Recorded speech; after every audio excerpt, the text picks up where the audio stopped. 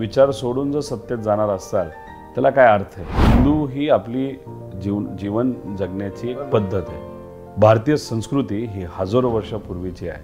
पण या व्यक्तिगत गोष्टीचं जेव्हा तुम्ही राजकारण करायला लागतात त्याला मला असं वाटतं त्याला हिंदुत्व म्हणतात. ती बॅलन्स डेव्हलपमेंट करण्यासाठी आपल्याला पॉलिसी बदलावी लागते. पण जी संघर्ष यात्रा काढत आहोत त्यातून सुद्धा हा मुद्दा घेतलेला आहे की बॅलन्स डेव्हलपमेंट झाली पाहिजे. त्या भागामध्ये MIDC आली पाहिजे. तिथं असणाऱ्या युवांना हाताला काम मिळालं पाहिजे. आज प्रश्न सामान्य लोकांचा हाताला काम मिळणं आहे. त्यामुळे ते कोणाकडनंही मिळावं पण ते मिळलं पाहिजे.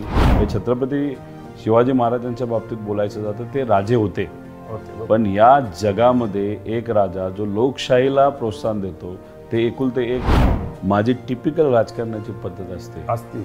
तर माझ्या आईवडिलांनी आणि माझ्या पत्नीने मला मदत केली नसते. मंत्री तुम्ही महाराष्ट्राचे असता. माझं व्यक्तिगत असं मत आहे की समतोल विकास करण्यासाठी नक्कीच आपल्याला पॉलिसी आणावं लागेल. ही यात्रा महाराष्ट्राची आहे, महाराष्ट्र धर्माची आहे, तसंच विकासाची आहे आणि शाश्वत ज्या योजना सरकारच्या आहेत त्या सामान्य लोकांकडे पोचाव्यात या विचाराने आपण ही यात्रा काढलेली आहे. म्हणजे विचार आणि विकास, पण विकास म्हणजे फक्त बिल्डिंग दिसल्या नाही पाहिजे, मॉल दिसले नाही पाहिजे. तिथं गरिबाला सेवा मिळेल, लोकांना सेवा मिळेल, जे कुठल्या सरकारच्या योजना लगेच मिळतील, कुठलाही ताप नव्हता. अशा पद्धतीने जेव्हा महाराष्ट्राचा खऱ्या अर्थाने विकास होईल जो पूर्वी होता, तरच मला असं वाटतं की उद्याचा महाराष्ट्र तो तसा आपल्याला बघता यावा यासाठी नवीन पिढीला काम करावं लागेल.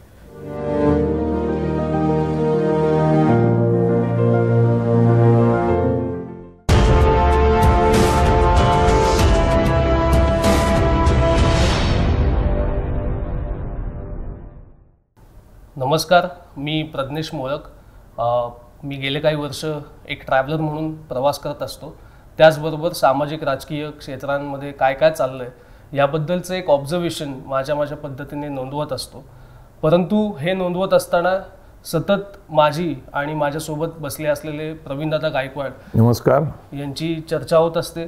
प्रवीणदादा गायकवाडांचं नाव आपण सगळ्यांनी ऐकलेलं आहे. गेल्या 30-35 वर्षांमध्ये मराठा चळवळ असेल, सामाजिक चळवळ असेल, बामसेफ असेल किंवा OBC समाजाचं संघटन असेल, अशा विविध सामाजिक प्रश्नांकडे गेल्या 35 वर्षांपासून काम करणारे आणि त्याचबरोबर तरुणांनी उद्योजकतेकडे वळलं पाहिजे किंवा शाश्वत विकासाकडे गेलं पाहिजे याच्यासाठी प्रचार प्रसार करणारे किंवा त्यांना प्रोत्साहन देणारे असे संभाजी ब्रिगेडचे प्रदेश अध्यक्ष प्रवीणदादा गायकवाड आज आपल्यासोबत आहेत.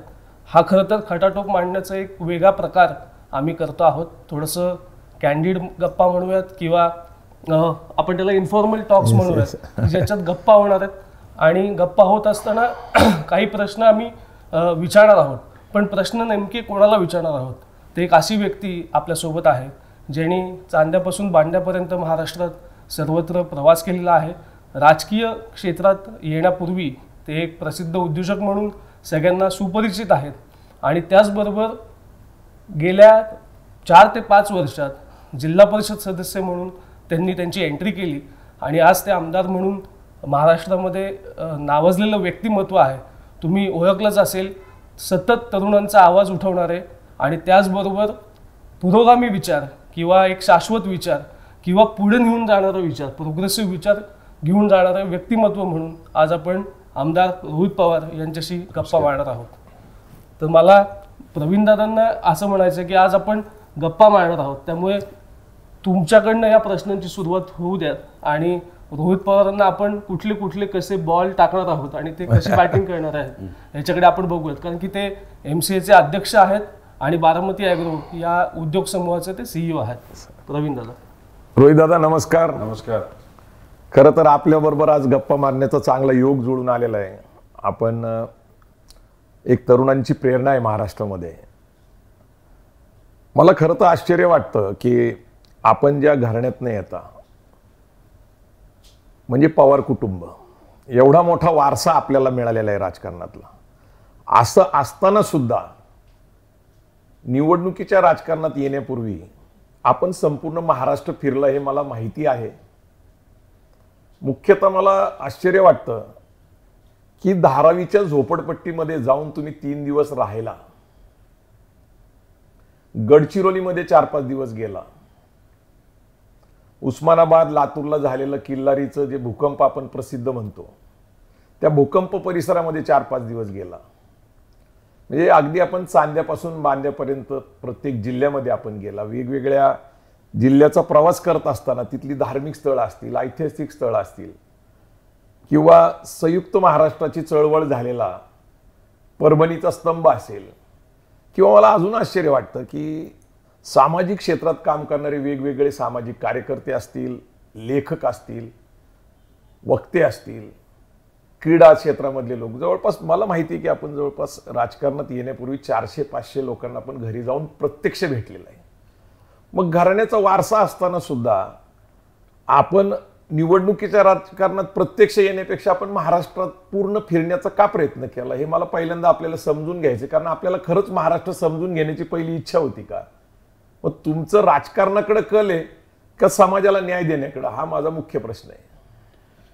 आणि आता तुम्ही जर बघितलं, म्हणजे सुरुवातीला तुम्ही म्हणालात की मी युवकांची प्रेरणा आहे, मी कोणाची प्रेरणा आहे हे मला माहीत नाही, पण मी लोकांकडनं प्रेरणा घेत असतो.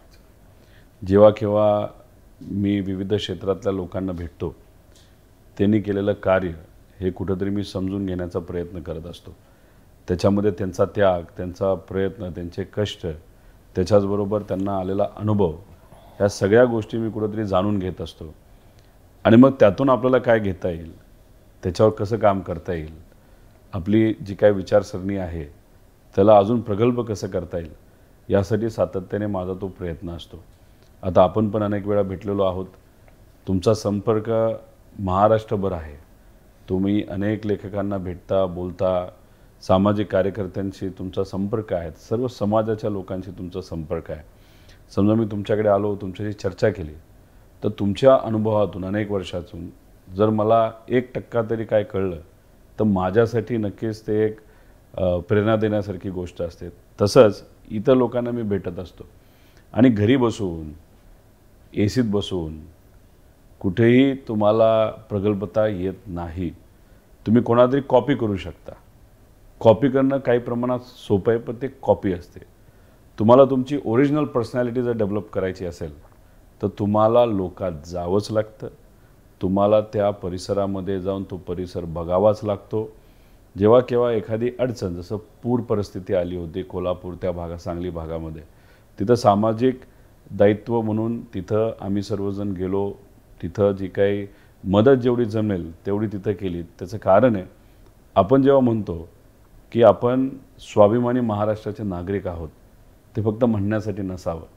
जेव्हा केव्हा महाराष्ट्रातल्या लोकांवर अडचण येते, तिथं जाऊन आपापल्या पद्धतीने मदत करणं, ह्यालाच आपण म्हणतो की आपण स्वाभिमानी मराठी माणूस आहोत. आणि त्या दृष्टिकोनातून जिथं जमेल तिथं जाऊन आणि लोकात गेल्याशिवाय तुम्ही महाराष्ट्र समजू शकत नाही. भारतामध्ये फिरल्याशिवाय तुम्ही भारत समजू शकत नाही. त्यामुळे मला असं वाटतं, पुस्तकं वाचणं हे महत्त्वाचं आहेच, पण त्याच्याचबरोबर लोकांना भेटून, लोकांना वाचणंसुद्धा आणि त्यांनी अनुभवलेल्या गोष्टी ऐकणंसुद्धा. सगळीकडे जाऊन तुम्हीच बोलत बसला तर मग आपल्याला असं वाटतं की आता आपण खूप मोठं झालो आणि आपण हवेत जायला लागतो. जमिनीवर शेवटपर्यंत राहावं लागतं, कारण का तुमच्यापेक्षा विविध क्षेत्रामध्ये काम करणारी अनेक मोठी माणसं आहेत. आणि त्या मोठ्या माणसांना आदर देऊन, सन्मान देऊन त्यांच्याकडनं गोष्टी समजून घेणं माझ्यासारख्याला आवडतं. आणि राहिला प्रश्न राजकारण का समाजकारण, समाजकारण त्यापेक्षा मी दुसऱ्या पद्धतीने तुम्हाला उत्तर देतो. जेव्हा केव्हा एखाद्या जिल्हा परिषद शाळेमध्ये जातो आणि तिथे असणाऱ्या लहान मुलांकडे मी जेव्हा बघतो, मग त्यांना एखादी अडचण आली, समजा कपडे योग्य पद्धतीचे नसतील, समजा त्यांचे जे काही बूट आहेत ते फाटलेले असतील, तरी बिचारा तो मुलगा शिकण्याचा प्रयत्न करतो. आपोआप माझ्या डोळ्यामध्ये पाणी येतं.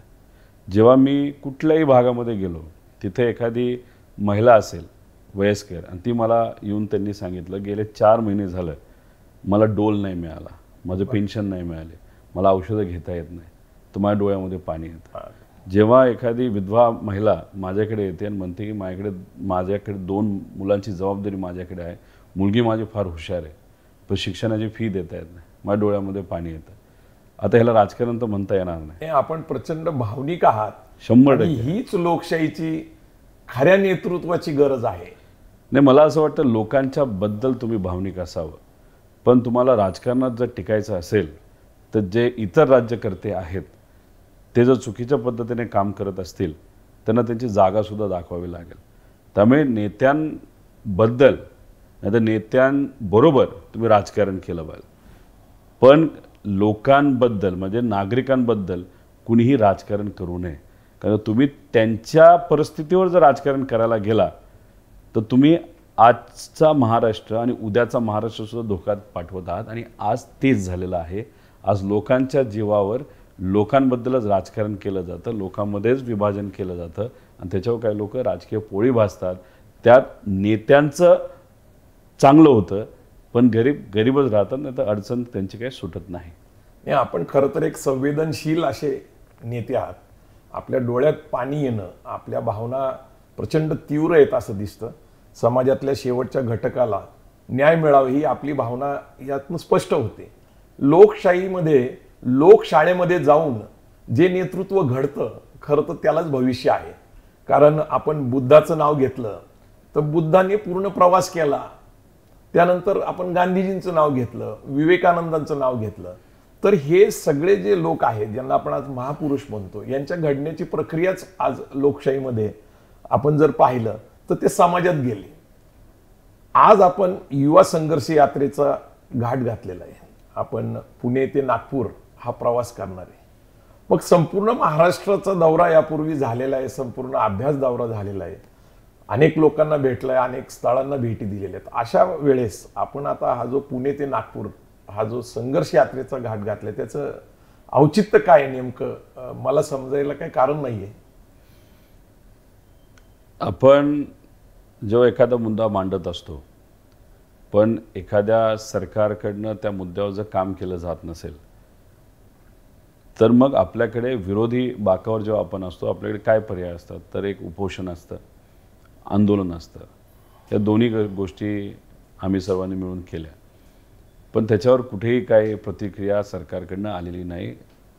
उलट सरकारकडनं शब्द देऊन सुद्धा तो शब्द पाळला गेला नाही. मग तिसरं ऑप्शन आपल्याकडे काय राहतं तर मग यात्रा असते. आता एक यात्रा काही लोक म्हणतात की रथयात्रा असते. मी गाड्या घेऊनच फिरायचं, एसी मध्ये फिरायचं, लोकात गप्पा मारायचे, भाषणं करायची आणि दुसरीकडे जायचं. ठीक आहे, ती सुद्धा यात्रा असू शकते, मी काय त्याला नाकारत नाही. पण त्याच्यामध्ये त्याग दिसत नाही, त्याच्यामध्ये संघर्ष नाही, त्याच्यामध्ये आपल्याला सुद्धा कुठेतरी वाटलं पाहिजे की आपण या युवांचे प्रश्न मांडत असताना, शेतकऱ्यांचे, सामान्य लोकांचे प्रश्न मांडत असताना जसा एक विचाराचा संघर्ष करत आहोत तसं आपण कुठेतरी पदयात्रा करून एक त्यागाचा आणि संघर्षाचा जो काही प्रवास असतो तो सुद्धा केला पाहिजे असं मला वाटलं. तुम्ही जसं म्हणाल लॉर्ड गौतम बुद्धा त्यांनी काय एका ठिकाणी बसून त्यांच्या विचाराचा प्रसार केला नाही, भारतभर फिरले, भारताच्या बाहेर लोकात गेले, लोकांशी बोलले आणि त्यांनी त्या पद्धतीने प्रबोधन केलं. तसंच तुम्ही विवेकानंदांच्या बाबतीत बोललात, भारताच्या बाहेर गेले, तिथं जाऊन अध्यात्म सांगितलं, अमेरिकेत जाऊन अध्यात्म सांगितलं.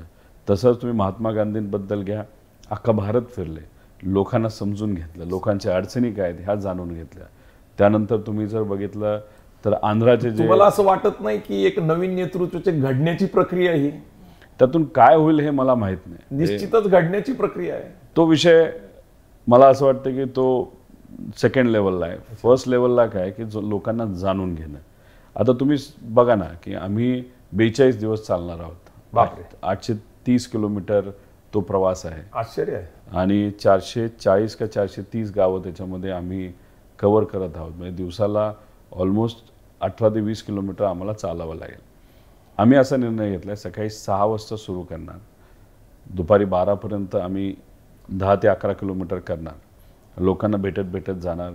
अनेक युवा, त्यांचे आईवडील, कारण हा प्रश्न फक्त युवकांचा नाही, त्यांच्या आईवडिलांचा सुद्धा आहे. कारण आईवडिलांना लोक समजून घेण्यासाठी, लोक समजून त्यांचं काही निवेदनं असतील, त्यांचे विषय असतील, अडचणी असतील, हे समजून घेणार. मग विसावाच्या इथं अनेक लोक येणार, तिथं लोकांना भेटणार. त्यानंतर परत संध्याकाळचा प्रवास चालू होणार, संध्याकाळी मग लोकांना भेटणार आणि मग शेवट आम्ही जिल्हा परिषद शाळेमध्ये राहणार, नाहीतर एका धार्मिक स्थळावर राहणार, मग समजा तिथे टेंट असणार, जसं आपली वारी असते ना, आश्रमशाळा असेल, आश्रमशाळा असेल असं. मंदिरं आणि असतील. मग तिथे आम्ही जो रोड निवडलेला तो हायवे निवडलेला नाही. बरं. हायवेली जर गेलो असतो तो 550-600 किलोमीटरमध्ये हा विषय संपला असता. आम्ही जो रोड निवडलेले आहेत, छोटी गावं, त्यानंतर तांडा वस्ती. म्हणजे तुम्ही दांडी यात्रा गांधीजींची जी झाली होती ती जर तुम्ही बघितली तर गांधीजी एकटेच चालायला सुरुवात करणार होते, काही त्यांचे सहकारी घेऊन.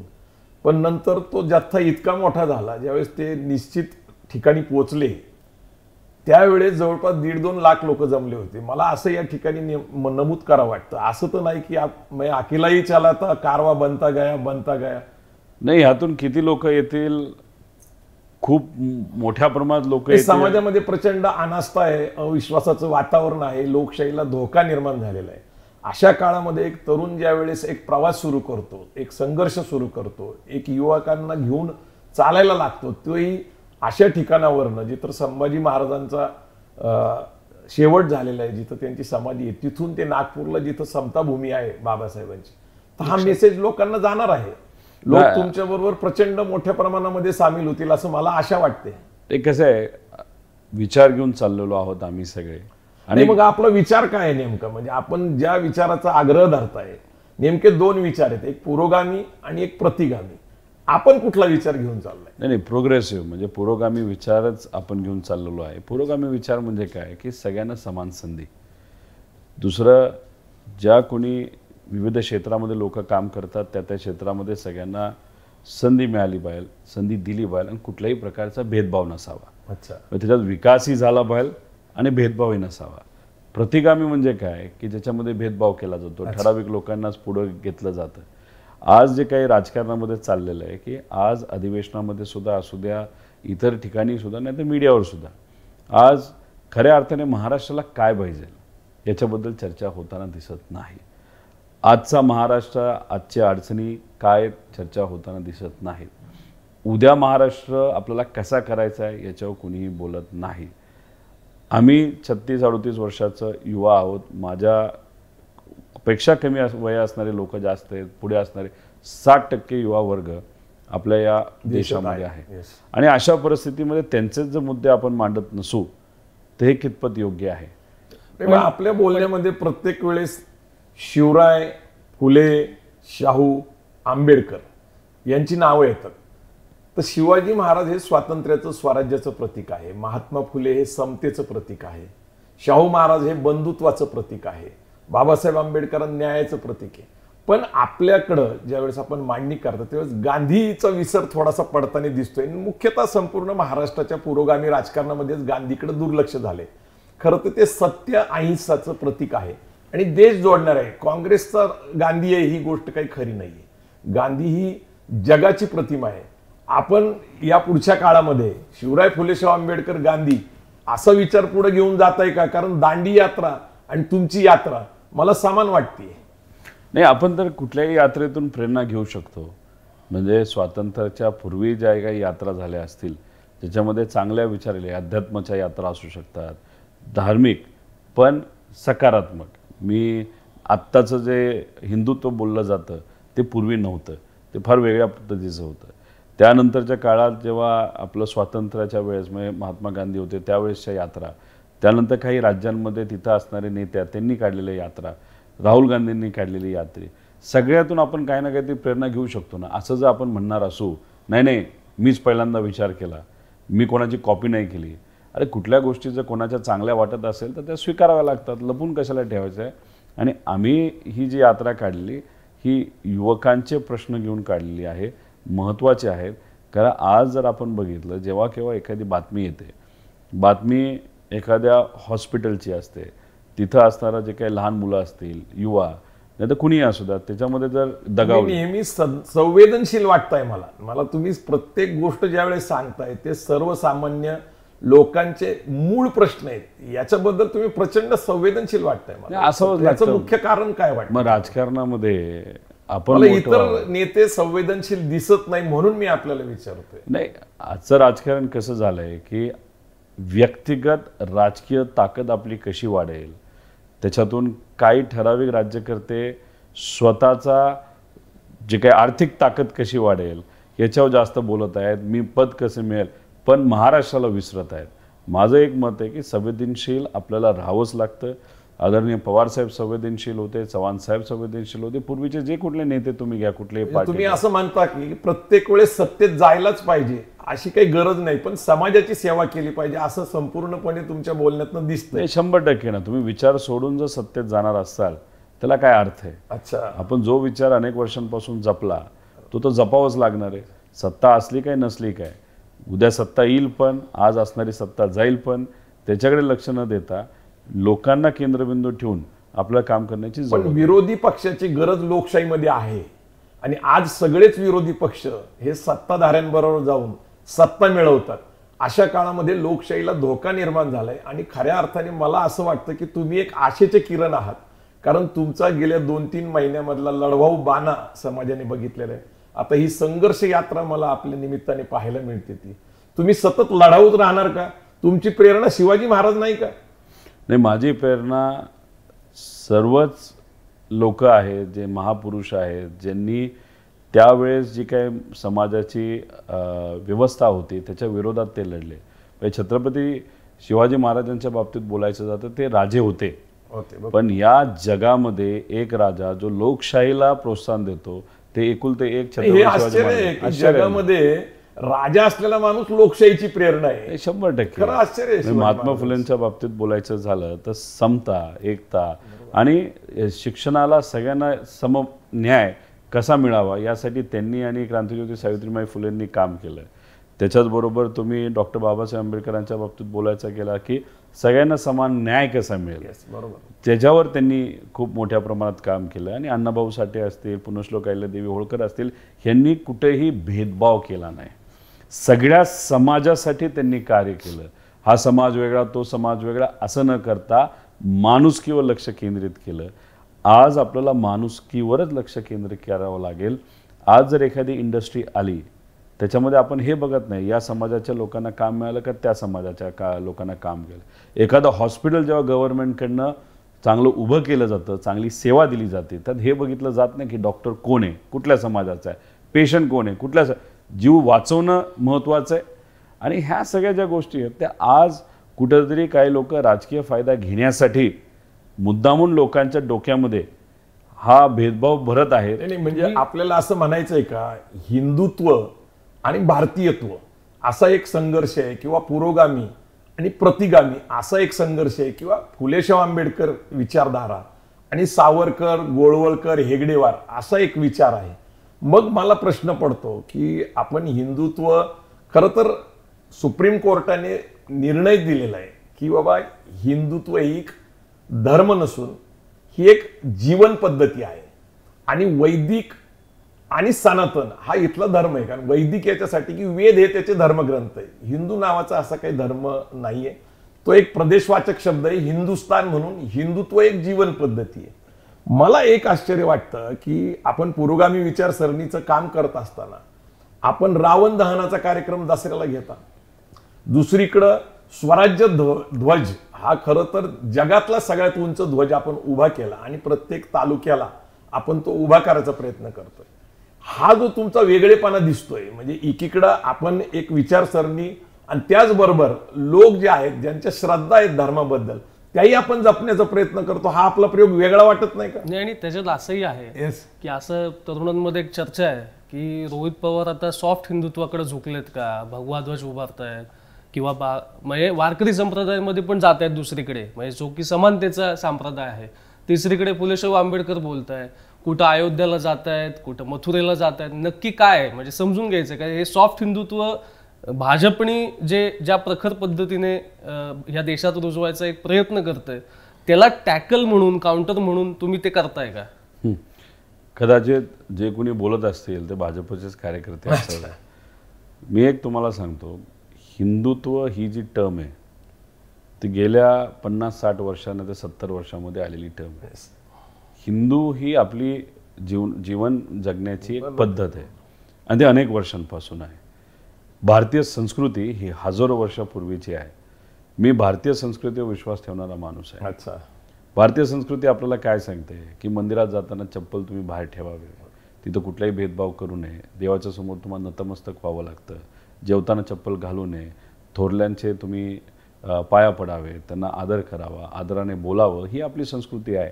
एखादा गरीब तुमच्या घरी जर आला त्याला जेवल्याशिवाय कुणी पाठवू नये, एखादा भेटण्यासाठी सुद्धा व्यक्ती आला चहा पाजल्याशिवाय जाऊ नये, पाणी दिल्याशिवाय जाऊ नये, हे सगळी आपली भारतीय संस्कृती आहे. काही लोकांनी ह्याला हिंदुत्वाचा टर्म देऊन त्याचा राजकीय फायदा घेण्याचा प्रयत्न केलेला आहे. त्यामुळे तुम्ही मला जर विचाराल की रोहित पवार हे सॉफ्ट हिंदुत्व करतात का, तर अजिबात नाही. कारण का माझी धार्मिक जी स्टाईल आहे ना, तर धार्मिक माझ्या ज्या काही गोष्टी आहेत, जीवनपद्धती आहे, ती माझी व्यक्तिगत विषय आहे. माझ्या घरी छोटंसं मंदिरसुद्धा आहे. अच्छा. मी रोज देवासमोर प्रार्थना करतो. मी जिथं कुठं जाईल तिथं मंदिरात जातो, मी दर्ग्यात सुद्धा जातो. म्हणजे पण ह्या सगळ्या ज्या गोष्टी आहेत त्या माझ्या व्यक्तिगत आहे. मी जेव्हा अयोध्येला गेलो होतो, मी कुटुंबाबरोबर गेलो होतो. मी हजारो लोक घेऊन गेलो नव्हतो. मी त्याची पब्लिसिटी केली नाही. मी त्याचं कुठंतरी श्रद्धा दिसत आहे, शक्ती प्रदर्शन नाही केलं. श्रद्धा आहे त्या श्रद्धा आहेत. अच्छा, ओके. म्हणजे महाशिवरात्रीच्या दिवशी माझा मुलगा जन्मला म्हणून आम्ही सर्वांनी मिळून त्याचं नाव शिवांश ठेवलं. अरे वा. म्हणजे ही एक विचारसरणी आहे. पण हे सगळ्या गोष्टी व्यक्तिगत आहेत. त्याचं राजकारण कोणी हे शिवाजी महाराजांशी पण जोडलं जातंय, जाऊ शकतं, आणि शंकराशी पण जोडलं जातंय. हे शक्तीचं प्रतीक आहे, दोघं शक्तीचं प्रतीक आहेत. आणि मग ह्या सगळ्या व्यक्तिगत गोष्टी आहेत. पण या व्यक्तिगत गोष्टीचं जेव्हा तुम्ही राजकारण करायला लागतात त्याला मला असं वाटतं त्याला हिंदुत्व म्हणतात. मला थोडंसं आपल्याला इथं विचारधारेच्या पुढे न्यायचा आहे हा विषय. आता आपल्याबरोबर एक तरुण आहे प्रज्ञेश, आपल्या मुलाखतीमध्ये गप्पा गोष्टीमध्ये सामील आहे. त्याचा सतत एक विषय आहे की महाराष्ट्रात जो विकास झालेला आहे तो एक कॉरिडॉर म्हणतो आपण किंवा गोल्डन ट्रायंगल म्हणतो, तो मुंबई, नवी मुंबई, नाशिक, औरंगाबाद, पुणे एवढ्याच परिसरापुरता मर्यादित झालेला दिसतो. आणि अगदी अलीकडच्या काळामध्ये बारामती मॉडेल जे पुढे आलेलं दिसतंय, ज्याचं पंतप्रधान स्वतः येऊन विरोधी विचाराचे, विरोधी पक्षाचे असून सुद्धा कौतुक करतायत, अर्थमंत्री येऊन कौतुक करतायत. आणि हे बारामतीचं जे मॉडेल आहे, जिथं शिक्षण संस्था ताकदवान आहेत, जिथं MIDC आहे आणि पूर्वीचं सहकाराचं हे जाळ आहे. खरं तर खूप लोकांना हे माहीत नसेल की देशात सगळ्यात कमी पाऊस जर कुठं होता तर तो बारामतीमध्ये होत होता. आणि मग बारामतीमध्ये सगळ्यात कमी पाऊस अगदी नाहीच्या बरोबर ती बारामती आज सुजलम सुपलम आपण केलेली आहे. तर हे जे विकासाचं मॉडेल आहे, जे मुंबई, नाशिक, औरंगाबाद, पुण्यासाठी थांबलेलं आहे, ते आता महाराष्ट्राच्या कानाकोपऱ्यात वेगवेगळ्या तालुक्यामध्ये, जिल्ह्यामध्ये नेण्यासाठी आपण जे आता कर्जत, जामखेडला MIDCच्या साठी आग्रही भूमिका घेतलेली दिसते. मला आपल्याला सांगावंसं वाटतं की पुलोचं सरकार असताना, आदरणीय शरद पवार मुख्यमंत्री असताना त्यांनी 175 MIDC तालुका लेवलवर त्यांनी जाहीर केल्या होत्या. पुढं काही चालू झाल्या, काही नाही झालं झालं, पण त्यांनी तो कायदा केला. आणि आज एकाच MIDC साठी त्यांच्या नातवाला संघर्ष करावा लागतो. मला नेमकं राजकारण कळत नाही, आपण मला सांगू शकता का? पूर्वी जे साहेब करत होते त्याला आपण समाजकारण म्हणायला पाहिजे. साहेब जेव्हा केव्हा भाषणामध्ये बोलायचे तेव्हा ते हेच म्हणायचे की शेतकऱ्याला 2 मुलं असतील, तर एक मुलगा एक मुलगी असेल तर एकाली शेती केली पाहिजे आणि दुसऱ्याली नोकरी केली पाहिजे. म्हणजे 30 वर्षापूर्वी आपल्या या राज्यामध्ये 75 लाख शेतकरी होते, नाहीतर 75 लाख शेतकरी होते आणि 5 एकर का हेक्टरच्या आसपास प्रत्येकाला जमीन होती. आज शेतकऱ्याची संख्या ही 2 कोटीला गेलेली आहे.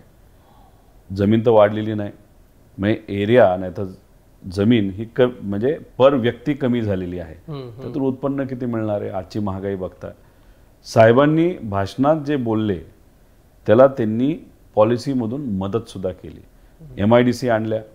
MIDC आणल्यानंतर तिथं मोठे मोठे प्रोजेक्ट्स आले. काही MIDCमध्ये आले नसतील. तर जसं साहेबांनी सांगितलं होतं की एकाली शेती करावी, त्यामुळे शेतीसाठी साहेबांनी प्रोत्साहन दिलं.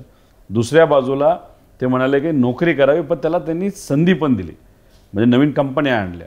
म्हणजे साहेब जसं बोलतात तसं करतात सुद्धा. कारण त्यांचं IT इंडस्ट्री त्यांच्यामुळे आली, बरोबर. ऑटोमोबाईल इंडस्ट्री आली, केमिकल इंडस्ट्री आली. महाराष्ट्राच्या संपूर्ण औद्योगिकरणाचं जर प्रेरणास्थान असेल तर ते आदरणीय शरद पवार साहेब आहेत. म्हणजे अगदी अदानी आणि अंबानी बद्दल ज्यावेळेस बोललं जातं तर त्यावेळेस त्यांच्या जे काही उद्योग क्षेत्रातनं निर्माण झालेला रोजगार असेल, त्यातनं निर्माण झालेली प्रगती असेल, अशा काळामध्ये शरद पवार साहेबांवर एक टीका केली जाते की त्यांच्या अदानींचे अत्यंत जवळचे संबंध आहेत आणि आपणही त्यांची गाडी चालवली होती, बारामतीमध्ये आले, त्याच्यावर एक टीका झाली. तर आपण नक्की सांगा, एकीकडे आपल्याला औद्योगिकरणाचा विकास करायचा आहे, कारण आपण जागतिकीकरण, खाजगीकरण, उदारीकरण स्वीकारले, त्यामुळे खाजगीकरणामुळे सरकारी उद्योग खाजगी होणारच आहे. तुमचे नेमके अदानी आणि पवार कुटुंबाचे नेमके संबंध काय आहे, जरा लोकांना समजून द्या. ते मी सांगतोच, पण MIDC कडे परत थोडंसं येस येस येस जातो कारण विकासाचं की राजकारण त्यावेळेस साहेबांनी खऱ्या अर्थाने लोकांचा विचार केला, म्हणून त्यांनी हाताला काम सुद्धा दिलं. आज काय होतंय तर आज स्वार्थी राजकारण आहे. होतंय. अच्छा, एखाद्या व्यक्तीला क्रेडिट जाऊ नये म्हणून मग ती MIDC जी सँक्शन झालेली आहे ती तिथं फायनलायझेशन त्याचं होत नाही, तर त्याचा अध्यादेश काढला जात नाही. मग त्यात व्यक्तिगत राजकारण काही लोक आणतात अच्छा. आणि व्यक्तिगत राजकारण आल्यामुळे त्याचं नुकसान, लोकांच्या विकासाच्या आड सुद्धा नेते येत आहेत. मग सामान्य लोकांचं त्याच्यामध्ये नुकसान होतं. माझ्या MIDC म्हणजे कर्जत जामखेडची जी MIDC 1100 एकराची MIDC, अरे बापरे. त्यासाठी आदरणीय गडकरी साहेबांशी बोलून विनंती करून 2 मोठे नॅशनल हायवे आपण आणलेले अरे वा. आणि ती जागा सुद्धा आता फायनल झाली 1100 एकराची. आणि मग तिथं जर म्हणजे 1.5 वर्षापूर्वी खरं तर ती MIDC येऊ शकली असती जर सही लगेचच झाली असती, पण ती सही 1.5 वर्ष करून सुद्धा ती फाईल बाहेर आलेली जात नाही. पण म्हणजे आत्ता 1.5 वर्षापूर्वी जर साईन झाली असती तर आत्तापर्यंत एखादी कंपनी आली असते. कंपनी आल्यानंतर तुम्ही जे म्हणताय इम्बॅलन्स डेव्हलपमेंट, जेव्हा इम्बॅलन्स डेव्हलपमेंट होते त्याचा फटका अनेक लोकांना बसतो. आई वडील एकटे घरी असतात आणि मुलं मोठ्या शहरांमध्ये जाऊन काम करत असतात. त्याच भागामध्ये जर बॅलन्स डेव्हलपमेंट आपण करू शकलो, पण ती बॅलन्स डेव्हलपमेंट करण्यासाठी आपल्याला पॉलिसी बदलाव्या लागतील. IT बद्दल मी या संघर्ष यात्रेमध्ये हाही मुद्दा घेतलेला आहे. सोलापूर, कोल्हापूर, नगर, नाशिक, नागपूर, नवी मुंबई या भागामध्ये सुद्धा IT कंपन्या याव्यात, जसं पुण्याला आहे, मुंबईला आहेत, इतरही ठिकाणी आहेत. तर त्यासाठी एक वेगळं पॉलिसी असावी, तशी MIDCला असावी. MIDCमध्ये मोठ्या कंपन्या याव्यात, छोट्याही याव्यात. आणि हे आल्यानंतर जेव्हा त्या भागामध्ये MIDC व्हायला लागतील, नाही तर तिथं कंपन्या यायला लागतील, जे आई वडील आज एकटे आहेत, म्हणजे जेव्हा खऱ्या अर्थाने मुलांना वाढवलं जातं, रिटायर होण्याची वेळ येते तेव्हा मुलं बाहेर जातात, नातवंड बाहेर राहतात. तर ही जी इम्बॅलन्स डेव्हलपमेंट, कुटुंब विभक्त होते, ते बॅलन्स करण्याची जरूरत आहे. माझ्या मतदारसंघामध्ये तोच माझा प्रयत्न आहे आणि आपण जी संघर्ष यात्रा काढत आहोत त्यातून सुद्धा हा मुद्दा घेतलेला आहे की बॅलन्स डेव्हलपमेंट झाली पाहिजे, त्या भागामध्ये MIDC आली पाहिजे, तिथं असणाऱ्या युवांना हाताला काम मिळालं पाहिजे त्या हेतूतून. आणि राहिला प्रश्न अडाणींची गाडी चालवायचा, ते जेव्हा बारामतीला आले होते तेव्हा माझ्याच MIDCचा विषय तिथं चालू होता. ते एक मोठे उद्योजक आहेत, त्यांना मी विनंती करत होतो की आपल्या कंपनीच्या माध्यमातून आम्ही आता जी MIDC माझ्या मतदारसंघामध्ये आणत आहोत त्याच्यामध्ये तुम्ही इन्व्हेस्टमेंट करा. आणि ते होई म्हणले होते, पण नंतर MIDCची फाईल माझी रोखण्यात आली आणि ते सगळं थांबलं. तुमचं असं म्हणणं आहे का की डेव्हलपमेंट हे डेव्हलपमेंट असतं, त्याच्याने समाजाचा विकास होत असतो, कारण की आर्थिक सक्षमीकरणाकडे पूर्ण कुटुंब असेल, कुटुंबातील लोक आहेत ती डेव्हलपमेंटमुळे जातील, आणि राजकारण हे राजकारणाच्या बाजूला असतं. यातला फरक तुम्ही पाहता आणि तसं करण्याचा प्रयत्न 100% ना. आता तुम्ही जर अंबानी कुटुंब घेतलं, मोठं आहे का तर आहे ना, मोठ्या मोठ्या कंपनीज आहेत का तर 100% आहेत. अडाणी पण मोठे व्यावसायिक आहेत का तर आहेत, बिर्ला आहेत, सगळे आहेत. अजून नवीन यावेत यासाठी सुद्धा आपण प्रयत्न केले पाहिजे, पण ते आहेत तर हे एक्सेप्ट केलं पाहिजे.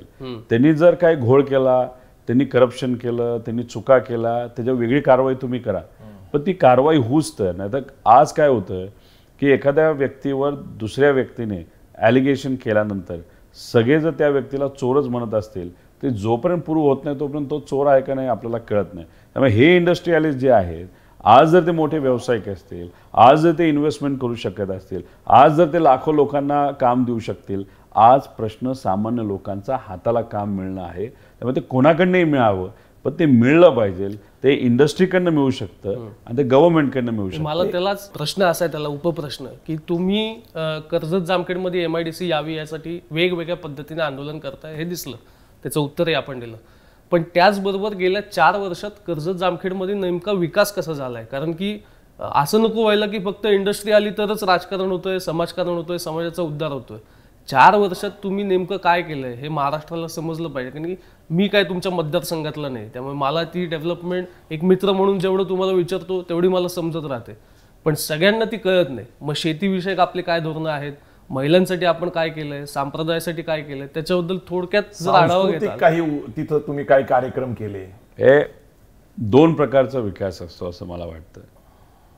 एक असतो जो आपल्याला दिसतो, म्हणजे रोड, बिल्डिंग्स, त्याच्याचबरोबर बंधारे असतील, लाईट असेल, ह्या सगळ्या गोष्टी.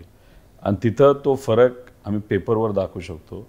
आधी काय परिस्थिती होती, आत्ता काय परिस्थिती आहे. मी तर सत्ता असताना सुद्धा आमदारच होतो, आत्ताना सुद्धा आमदार आहे. आणि आमदार असताना जर एवढी डेव्हलपमेंट केली असेल तर माझ्या आधी जे माझे विरोधक आहेत ते मंत्री असताना त्यांनी काय केलं हे मी पेपरवर दाखवू शकतो. अनेक वेळा मी हेही सांगितलेलं आहे की उगाच हवेत बोलण्यापेक्षा तुम्ही समोर या, तुम्ही काय केलं ते सांगा, मी काय केलं ते सांगतो. त्यामुळे जो विकास आपल्याला दिसतो, जसं की आपलं पोलीस हे असेल, रिझर्व्ह पोलीस केंद्र हे आपण आणलं आहे, हॉस्पिटल्स आपण मोठ्या प्रमाणात आणलेले आहेत, रेसिडेन्शियल क्वार्टर्स पोलिसला, डॉक्टरांना, प्रशासकीय अधिकाऱ्यांना आपण आणलेले आहेत. त्याच्याचबरोबर आपण जर बघितलं तर तिथं रोड मोठ्या प्रमाणात आपण आता केलेले आहेत. स्टेट हायवे, नॅशनल हायवे, STचं जे डेपोचा प्रश्न होता तो आपण तिथं सोडलेला आहे. धार्मिक स्थळं, पाणी म्हणजे सगळ्यात तुमच्या इथला प्रश्न पाण्याचा आहे. पिण्याच्या पाण्याच्या बाबतीत आपण जर बघितलं तर खूप चांगल्या पद्धतीने फॉलोअप करून असं कुठलंही गाव सोडलेलं नाही जिथं पिण्याच्या पाण्याची योजना आपण मंजूर केलेली नाही. सांस्कृतिकीकरणासाठी एक हॉल पण तिथं आपण नव्याने बांधलेला आहे. आता याच्यामध्ये काय व्हायचंय की लहान मुलं, त्यांना जर एखादा कार्यक्रम करायचा असायचा तर त्यांना जागा नसायची. मग एखादं लग्न कार्यालय घ्यायचं, तिथं करायचं, तिथं आवाज घुमायचा. आदरणीय पवार साहेबांनी मदत केली आणि तिथं ऑलमोस्ट 11 कोटी रुपये आपण खर्च करून 1100 लोक बसतील असा एक AC हॉल केलेला आहे. विषय एवढाच असतो की मुलं जेव्हा त्या हॉलमध्ये जातात, वातावरण बघतात, त्यांच्या विचारामध्ये खूप मोठा बदल होतो. अरे हे आपल्यासाठी स्वप्न बघू लागतात.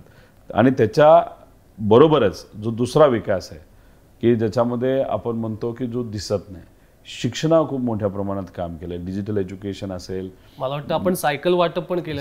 आता सायकल वाटण्याचं कारण असं होतं, एक तर इलेक्शन नसताना सुद्धा सायकल वाटली. त्याचं मुख्य कारण असं आहे की बरीच मुलं 3-3.5 किलोमीटरवरनं आपापल्या शाळेमध्ये रोज एका बाजूला, म्हणजे एका साईडला 3, दुसऱ्या बाजूला 3, असं 6 किलोमीटर. मग 3 किलोमीटर चालत येणं, वेळेत न पोचणं, आल्यानंतर दमून जाणं, मग शाळेत लक्ष न लागणं, मग अभ्यासक्रम मागे पडतो, घरी जाऊन परत 3 किलोमीटर चालायचं, मग परत थकलेलो असतो. मुली आईला मदत करतात, जेवायला असू द्या, पाणी आणायला असू द्या, आणि अशा ग्रामीण भागात सगळं काम करावंच लागतं. अशा पद्धतीने जर त्यांच्यावर एवढा मोठा प्रभाव पडत असेल तो आज आपल्याला दिसत नाही. पण जसं जसं वय वाढतं तसं तसं पहिलीत जर अभ्यास कमी पडला असेल, दुसरीत कमी पडला असेल, तर त्याचा इम्पॅक्ट हा 10वी पर्यंत, 11वी पर्यंत, 12वी पर्यंत जातो. आणि मग जो काही त्यांना शिक्षणाचा फायदा व्हायला पाहिजे तो फायदा होत नसतो. असं 10,000 सायकल आपण वाटल्या आणि आता परत 7,000 सायकल वाटणार आहे. त्याच अनुषंगाने अजून एक उपप्रश्न असा आहे की सगळ्या नेत्यांकडे तसं एक बघण्याची दृष्टी मला दिसत नाही की स्पेशली शालेय मुलींसाठी किंवा महाविद्यालयीन मुलींसाठी आपल्या आई मतदारसंघात फिरतात, आपल्या मिसेस कुंती वहिनी मतदारसंघात फिरतात, तर ती नेमकी काय बाजू आहे? कारण की मुलींचे प्रश्न फार वेगळे असतात, वयात येणाऱ्या मुलींचे प्रश्न वेगळे. तर हे मला महाराष्ट्रात उर्वरित दिसत नाही, पण तुमची आई, तुमच्या मिसेस, तुम्ही स्वतः जाऊन काही ठिकाणी बोलता, प्रोत्साहित करता किंवा त्यांना समजून घेण्याचा प्रयत्न करता. बाहेर कुठं हे या पद्धतीचं काम चालतंय नाही चालतंय हे मला तरी नाही सांगता येणार. पण लोकात गेल्यानंतर लोकांच्या अडचणी काय ह्या जेव्हा आपल्याला कळतात तेव्हा आपण त्याच्यावर काम करतो. तेव्हा मुलींशी चर्चा करत असताना, त्या शिक्षकांशी चर्चा करत असताना ह्या गोष्टी जाणवल्या. आपण तर डायरेक्ट मुलींशी बोलू शकत नाही कारण त्यांचे ते फार व्यक्तिगत विषय असतात. मग आई, माझी पत्नी हे जाऊन लोकांशी मुलींशी बोलतात, चर्चा करतात. 100% मुलींना माझ्या आईली कव्हर केलेलं आहे, त्यांच्याशी चर्चा केलेली आहे. सॅनिटरी पॅड आपण तिथं वाटलेले आहेत, त्याचा वापर कसा करावा हे वाटलेलं आहे. त्याच्याचबरोबर ज्या रयतच्या शाळा आहेत 14-28,000 मुलं मुली शिकतात, ते टॉयलेट्स नव्हते. आपण 3.5 कोटी CSR निधी आणून सगळे टॉयलेट्स बांधले. का? कारण का मुलं टॉयलेटला जात नव्हते, त्यांच्या किडनीवर परिणाम होत होता. आणि जेव्हा स्पेशल टाईम असतो, जे महिन्यातून 5 दिवस खास असतात मुलींचे, त्यावेळेस त्यांना खूप अडचण असायची. मग शाळेत बुट्टी मारायचं, मग शिक्षणाला परत परिणाम व्हायचा. ह्या सगळ्या ज्या गोष्टी आहेत याचा एक अभ्यास करून आपण मग ह्या सगळ्या विविध योजना, आता एज्युकेशनच्या हेल्थच्या बाबतीत तुम्ही विचारलं तर सरकारी यंत्रणा तर आपण चांगली करतोच आहे. मोठे मोठे हॉस्पिटल तिथं बांधत आहोतच. ठीक आहे, या सरकारने त्याचे पैसे थांबवलेत ती वेगळी गोष्ट आहे, इतकं या लेवलचं सरकार आहे. पण मग आपण फिरता दवाखाना सुरू केलेला आहे कर्जत जामखेडमध्ये. प्रत्येक वाडीवर, प्रत्येक वस्तीवर 3 महिन्यातून एकदा आपला डॉक्टर, आपली गाडी, आपलं औषधं घेऊन जातो. तिथं गेल्यानंतर त्यांना औषधं मिळतातच, पण त्याच्यात मग कोणाला मोतीबिंदू आहे का, कोणाला हृदयाला काय त्रास आहे का, कोणाला काय किडनीचा, लंगचा त्रास आहे का, कोणाला स्किन डिझीज आहे का, कोणाला तिरळेपणा आहे का, या सगळ्या गोष्टीची नोंद होते. या नोंद करून फक्त थांबत नाही, त्याचं ऑपरेशन करतो. आत्तापर्यंत आपण युनिक कर्जत आणि जामखेडचे 1 लाखपेक्षा जास्त लोकांना कोविडचा काळ सोडून आरोग्याची मदत तिथं विविध पद्धतीने केलेली आहे.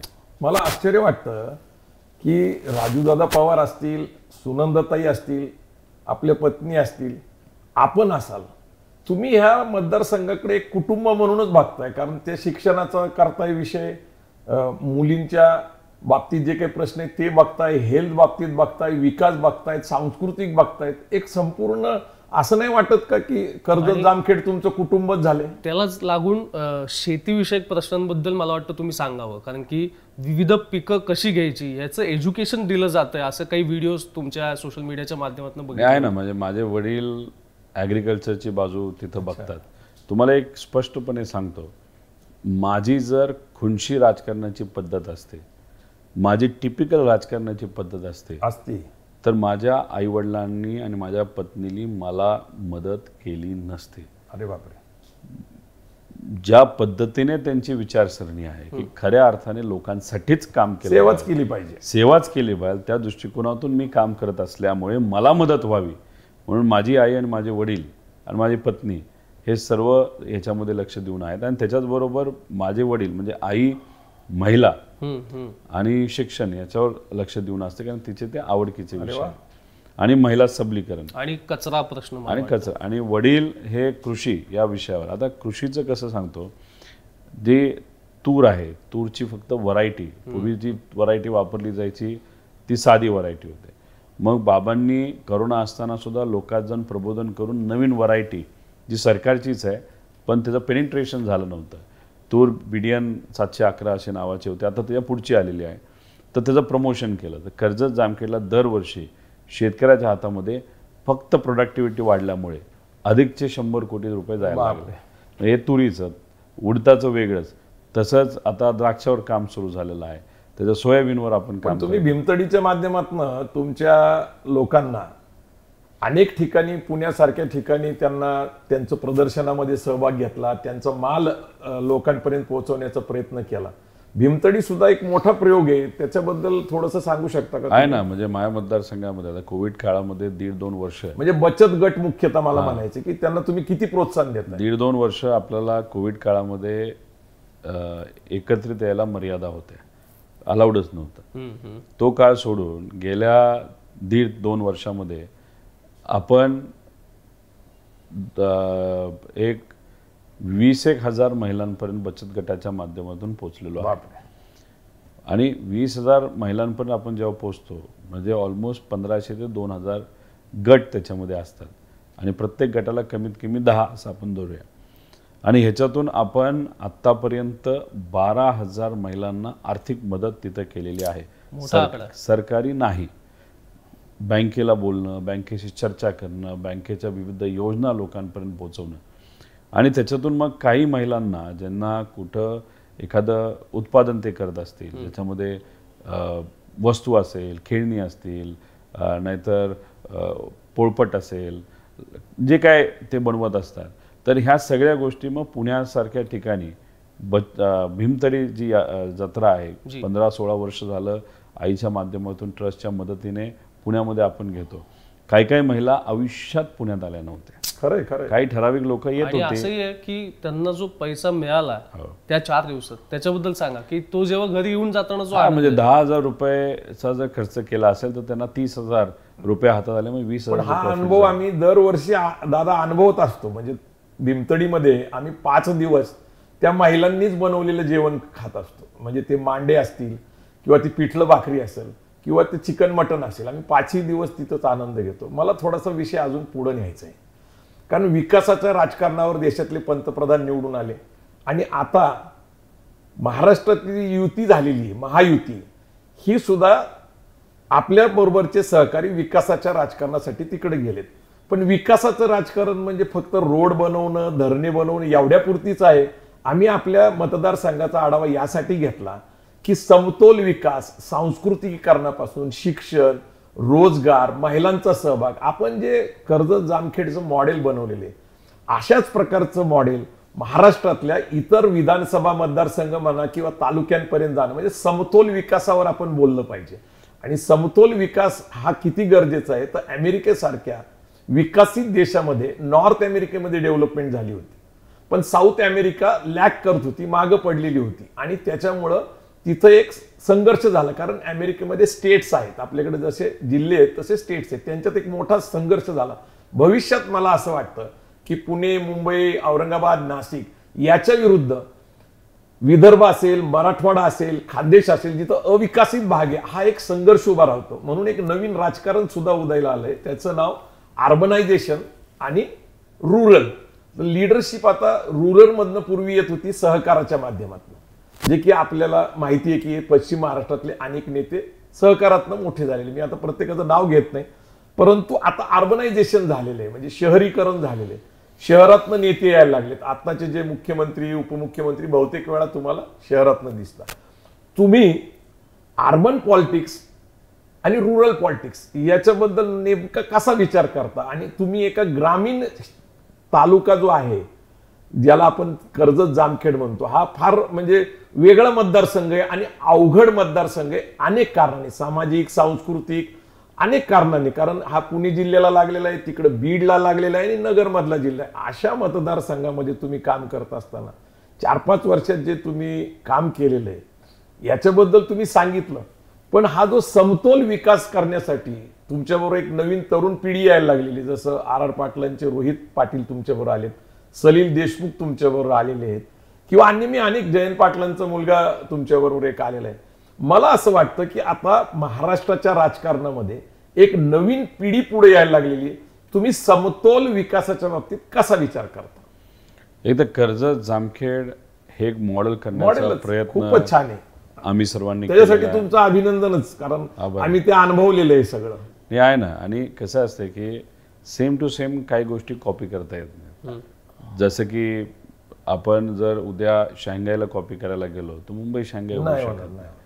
आता याच्यामध्ये आपण जर बघितलं तर बारामती एक वेगळं मॉडेल आहे, कर्जत जामखेड वेगळं मॉडेल आहे. आता ह्याच्यामध्ये ज्या ज्या काही गोष्टी आपल्याला अडचणीच्या काळामध्ये सुद्धा, म्हणजे कोरोना काळ होता, त्याच्यातून मग सत्ता होती, सत्ता गेली, आणि ह्याच्यात जे काही जमलं ते आपण केलेलं आहे. आता ह्याचं अनुकरण करायचं नाही करायचं हे त्या भागामध्ये असणाऱ्या आमदारांचा नाही तर लोकप्रतिनिधींचा विषय. मी आमदारच आहे. आमदाराची जबाबदारी काय असते की जास्तीत जास्त निधी आपल्या मतदारसंघामध्ये कसा आणता येईल.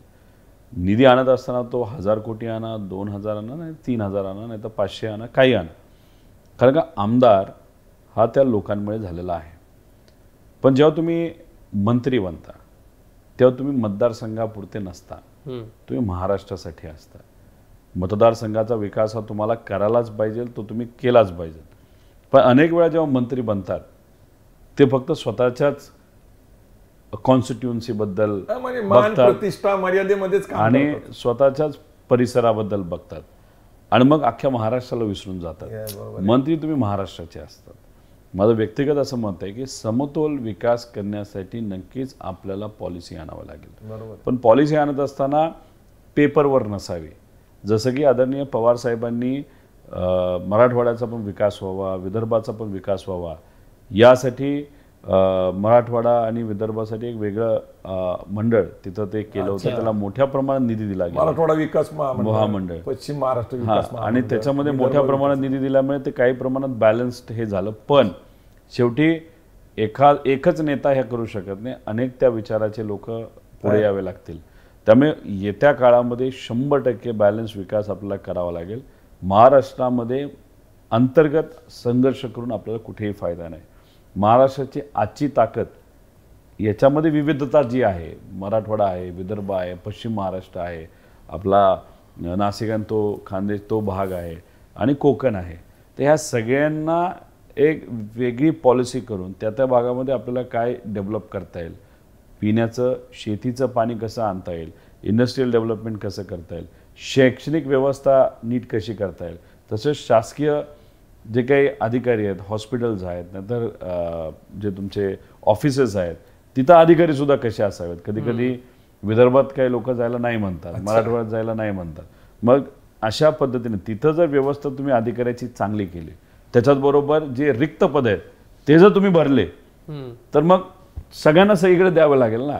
आज कमी असल्यामुळे काही लोकांना इकडे दिलं तर तिकडं मोकळं पडतंय. मग हे जे आहे ना, या अनुषंगाने तुम्हाला कसं आहे, राज्य म्हणून तुम्ही फक्त खर्च डोक्यात घेऊन चालत नाही, तुम्हाला सोशो इकॉनॉमिक डेव्हलपमेंट करावे लागते. तुम्ही फक्त इकॉनॉमिक डेव्हलपमेंटवर लक्ष देऊ शकत नाही. जर तुम्हाला फक्त पैसा आणि खर्च तुम्ही बघितला तर उद्या तुम्ही एसटी बंद कराल, तुम्ही सगळंच कॉन्ट्रॅक्टवर द्याल, तुम्ही हॉस्पिटल बंद कराल. तसं नाही, सोशो इकॉनॉमिक म्हणजे तुमचं राज्याचं अर्थकारण पण चांगलं झालं पाहिजे आणि त्याच्याच बरोबर तुमचं सोशल स्कीम्स पण चालले पाहिजे. पण जे उगाच खर्च तुम्ही करता ते बंद पण झाले पाहिजे. आता बुलेट ट्रेन जी आहे तो उगाच हवेतला केलेला खर्च. 1,00,000 कोटीचं तुम्ही लोन घेणार, 20,000 कोटी का 30,000 कोटी एका राज्याकडनं तिथं मदत केलं आणि त्याच्यातून किती लोकांना फायदा होणार आहे? फार हजारो लोकांना. अहमदाबाद आणि मुंबई विकसित आहे ते पण आहे आणि प्रत्येक 15-20 मिनिटाला विमान नाही, त्याला जे तिकीटचा चार्ज आहे तो विमाना एवढाच आहे.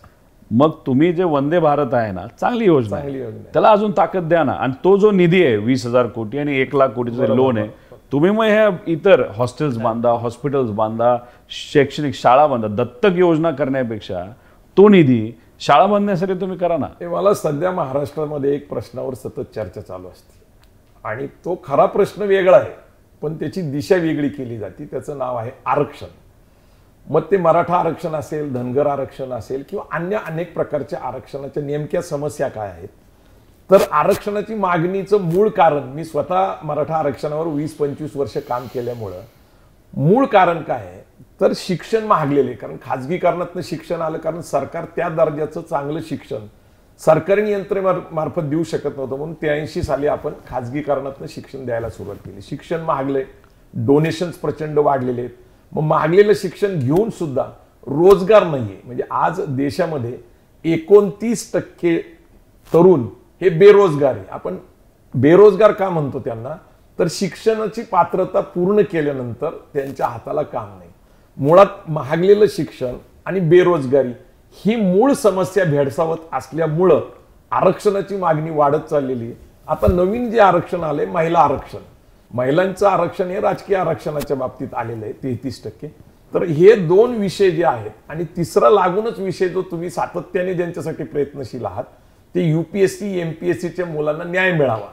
आणि तिसरा त्याला उपप्रश्न असा आहे, मी हे सलग एकच विषय असल्यामुळे मी एकत्रितच घेतोय, मध्ये मध्ये आपल्याशी चर्चा करतच राहील, की UPSC MPSCच्या मुलांना आशा आहे की आपण कुठंतरी सरकारी अधिकारी म्हणून जाऊ, पण दुसरीकडं कंत्राटी पद्धतीने तहसीलदार नेमणे, कंत्राटी पद्धतीने जिल्हा परिषदचे महानगरपालिकेचे शिक्षक नेमणे आणि दुसरीकडे जिल्हा परिषदच्या मोकळ्या शाळा, महानगरपालिकेच्या मोकळ्या शाळा खाजगी शिक्षण संस्थांना देणं हे थोडंसं विरोधाभास दिसतोय, हे एक कॉन्ट्रडिक्टरी दिसतंय. याच्याबद्दल आपल्याला नेमकं काय वाटतं? कारण हे सरकार एकीकडे विकासाचा अजेंडा सांगते आणि दुसरीकडे मूलभूत जे प्रश्न आहेत, अन्न, वस्त्र, निवारा, शिक्षण आणि आरोग्य, हे लोकशाहीतल्या प्रत्येक नागरिकाचा हक्क आहे.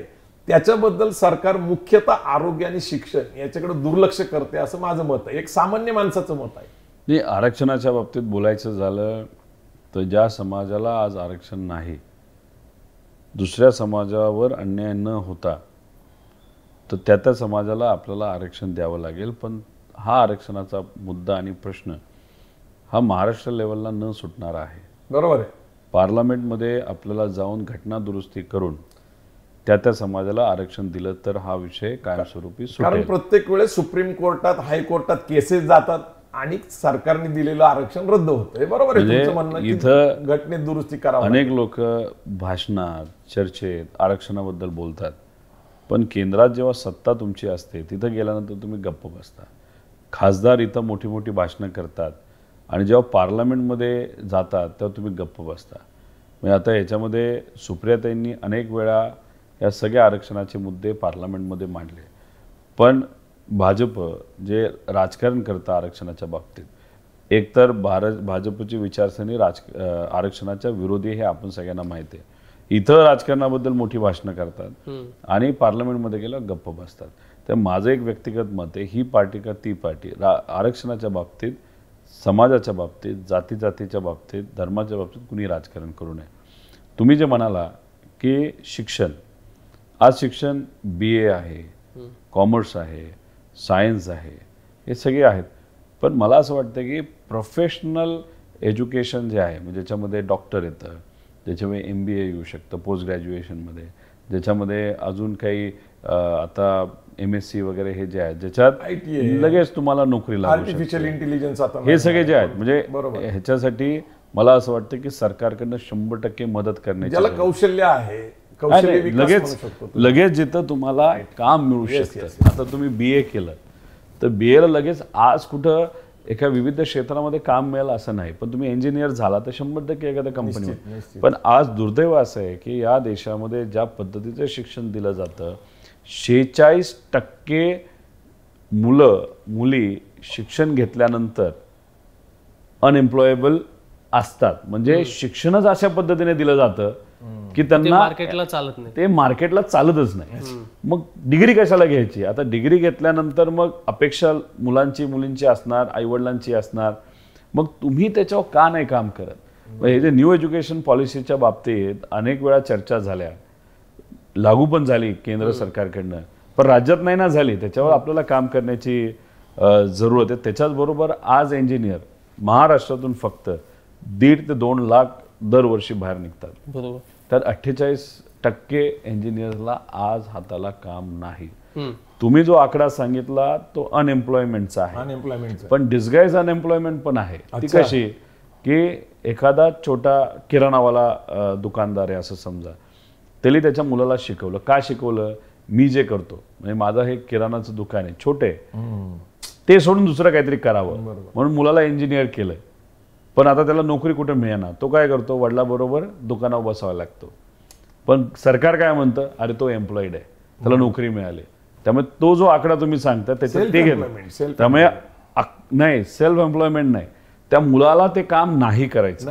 त्यांच्या आई वडिलांना सुद्धा वाटतं त्याला नाही करावं, पण त्याला कुठंच संधी मिळत नाही म्हणून तो ते काम करतो. पण सरकारी आकडेवारीनुसार त्याला काम मिळालं असं म्हणतात, पण खऱ्या अर्थानं ते काम मिळालेलं नाही. आपल्याला उदाहरण सांगतो. एक ट्रक ड्रायव्हरनी स्वतःच्या मुलाला डिप्लोमा इलेक्ट्रिकल इंजिनियर केलं आणि तो आता पुण्यामध्ये ओलाची गाडी चालवतो. मी सहज त्याला विचारलं कुठून आहेस, काय? त्यांनी सांगितलं की मराठवाड्यातल्या ग्रामीण भागातून आलोय. वडील ट्रक ड्रायव्हर होते.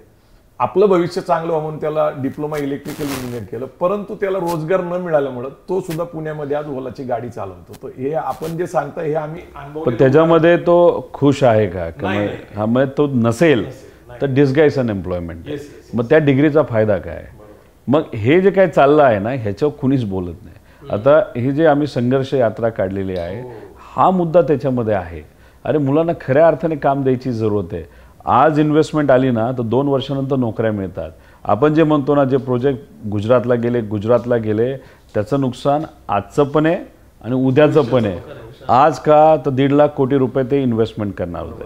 सिमेंट तेवढं लागणार होतं, स्टील तेवढं लागणार होतं, लेबर तेवढं लागणार होतं, खिडक्या लागणार होत्या, अजून त्याला लेबर तेवढं लागणार होतं. आणि ते जेव्हा फंक्शनल झाली असते, जसं त्याच्यामध्ये चिप्स बनणार होत्या, तर त्याला आसपासच्या कंपन्यासुद्धा आल्या असत्या आणि त्यानंतर मग एम्प्लॉयमेंट मिळाली असते. आणि आज जर मुलाला डिग्री घेऊन आज जर काम नाही मिळालं आणि वर्षानंतर तो इंटरव्ह्यूला जर गेला तर लोक विचारतात वर्षभर काय केलं, तुला नोकरी मिळाली नाही, तू येऊ नको आमच्याकडे. म्हणजे एका वर्षातच जर नोकरी मिळाली तर नोकरी मिळू शकते, नाही तर तुम्हाला नोकरी मिळू शकत नाही. मला एक दुसरा मुद्दा आपल्याला विचारावासा वाटतो. खरं तर सतत महाराष्ट्रात ज्या दंगली व्हायला लागलेल्या आहेत, म्हणजे कोल्हापूरला झाली, औरंगाबादला झाली, हे मी तुम्हाला का सांगण्याचा प्रयत्न करतो की परदेशातनं ज्यावेळेस उद्योग भारतात यायचा प्रयत्न करतात, तर आता कोल्हापूर MIDC आहे, औरंगाबाद MIDC, इथं जर एखादा उद्योग परदेशातनं येणार असेल, 25,000 30,000 1,00,000 कोटी खर्च करणार असेल, तर जिथं दंगल झालेले आहेत, धार्मिक दंगल असेल, जातीय दंगली असतील, त्याचा इतिहास जर आपल्याला तिथं पाहायला मिळाला तर हे नवीन जे काही उद्योग तिकडे येण्याचा प्रयत्न करतात ते ती शहरं जिल्हे नाकारतात, निगेटिव्ह इम्पॅक्ट पडतात. आणि दुसरं त्या बिझनेसला किंवा त्या व्यावसायिकाला असा एक प्रश्न पडतो की मी केलेली इन्व्हेस्टमेंट माझी वसूल होईल की नाही. नाही, बरोबर आहे ना. म्हणजे आता जसं इन्व्हेस्टमेंट करणाऱ्या लोकांना एक भीती असते, तसंच मगाच्या प्रश्नाचं उत्तर देत असताना आज प्रायव्हेटमध्ये लोकांना काम मिळत नाही म्हणून जी मुलं आहेत, मुली आहेत, त्यांच्यामध्ये एक कुठेतरी स्पर्धा परीक्षेकडे जाण्याचं प्रमाण आज वाढलेलं आपल्या सर्वांना बघायला मिळतं. 3-3.5 लाख मुलं पुण्यातच आहेत. नाही, 3-3.5 लाख सोडा, 32 लाख लोकांनी रजिस्ट्रेशन केलं होतं. म्हणजे रफली 20-1 लाख लोक आता ॲक्टिव्ह आहेत अख्ख्या महाराष्ट्रात UPSC MPSC साठी. पण जागा किती आहेत महाराष्ट्र MPSCच्या अंतर्गत? 2.5 लाख. 100% जागा जर भरल्या तरी 18-19 लाख लोकांना मग पुढं काय करायचा हा मोठा प्रश्न येणार आहे. तर मला एक व्यक्तिगत असं वाटतं, सरकारने एक क्लिअर कट सांगावं किती नोकर भरती तुम्ही 1.5 वर्षामध्ये करणार आहोत, या विभागाचे आहेत, आणि मग तेच एकदा भरलं की मग आपल्याला कुठेतरी त्या मुलांना एक वेगळी दिशा द्यावी लागेल. आता ह्याच्यामध्ये सुद्धा जर बघितलं पेपरफुटी होते, करप्शन खूप मोठ्या प्रमाणात काही प्रायव्हेट कंपनीला दिलं जातं. आता तलाठी भरती जेव्हा होत होती त्याचा रेट जो आहे 22 लाख रुपये, गरीबाला तो देता येणार नाही, कष्टकऱ्याला तो देता येणार नाही. आता MPSC कडनं ज्या परीक्षा घेतल्या जातात त्याच्यामध्ये रिझल्ट वेळेवर येत नाही, लागत नाही. ज्यावेळेस तलाठीच्या पद भरतीमध्ये 22 लाख आकडा तुम्ही डायरेक्ट अटॅकिंग करताय, तुम्ही डायरेक्ट मुद्द्यावरच हात घालताय. नाही, 100% ना. जर मुलं आम्हाला हे सांगत असतील, त्यांच्याकडे काही पुरावे असतील तर तेच आहे. आणि हा विषय जेव्हा आम्ही अधिवेशनामध्ये मांडला तेव्हा आमचे म्हणजे सत्तेत असलेले लोक आमच्यावर हसले, म्हणाले की आत्ताची पिढी ही सिरियस नाही, म्हणजे ही मुलं सिरियस नाहीत. आता याच्यामध्ये जर बघितलं, तुम्ही सर्वसामान्यांच्या ज्या भावना आहेत त्या लोकांपर्यंत पोहोचवण्याचा प्रयत्न करताय, तसं सभागृहात पोहोचवल्या, पण तरीही तुमच्याबद्दल एक वेगळं मत मांडलं गेलं, हे दुर्दैव आहे. माझ्याबद्दल जर मांडलं ते सोडा, माझं वय कमी वगैरे ह्या सगळ्या गोष्टी असल्या, म्हणजे युवक कशाला लागतात? इलेक्शन निवडून येण्यासाठी, मतदान करण्यासाठी, घोषणा देण्यासाठी. जे आणि जेव्हा युवा खऱ्या अर्थाने लोकांचे प्रश्न जेव्हा मांडतात तर तुम्ही म्हणता तुझं वय कमी, तो माझा व्यक्तिगत विषय नाही, पण ते सगळ्या युवकांना जे सिरियस नाही असं बोलले ते आम्हाला कुठेतरी खटकलं. आता कालच एक तुम्ही मुद्दा घ्या, जे आपलं PDS डिपार्टमेंट आहे, म्हणजे पब्लिक डिस्ट्रीब्युशन सिस्टम, त्याच्यामधून आपल्याला गरिबाला धान्य दिलं जातं स्वस्त धान्य दुकानाच्या माध्यमातून. त्या विभागामध्ये तर 83,000 टन धान्य हे मंत्र्याला माहिती नसताना सुद्धा अधिकाऱ्यांनी शिफ्ट केलं. म्हणजे अशी परिस्थिती कॉन्ट्रॅक्टरच्या सांगण्यावर, मग अशी परिस्थिती आली की मग कॉन्ट्रॅक्टरच्या सांगण्यावर तुम्ही मंत्री ठेवा, नाही तर कॉन्ट्रॅक्टरलाच मंत्री तुम्ही देऊन टाका. म्हणजे इथं अकाउंटेबिलिटीचा विषय असतो. जी मुलं अनेक वर्ष परिश्रम करतात त्यांना तिथं तुम्ही शिक्षणाच्या बद्दल बोलला, आज 60,000 रिक्त पदं आहेत शिक्षकांची, ते कदाचित 12,000 आत्ता काढतील आणि राहिलेली सगळी कॉन्ट्रॅक्टवर भरतील.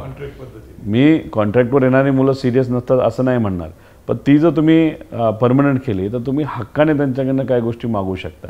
तर हे सगळ्या गोष्टी आहेत.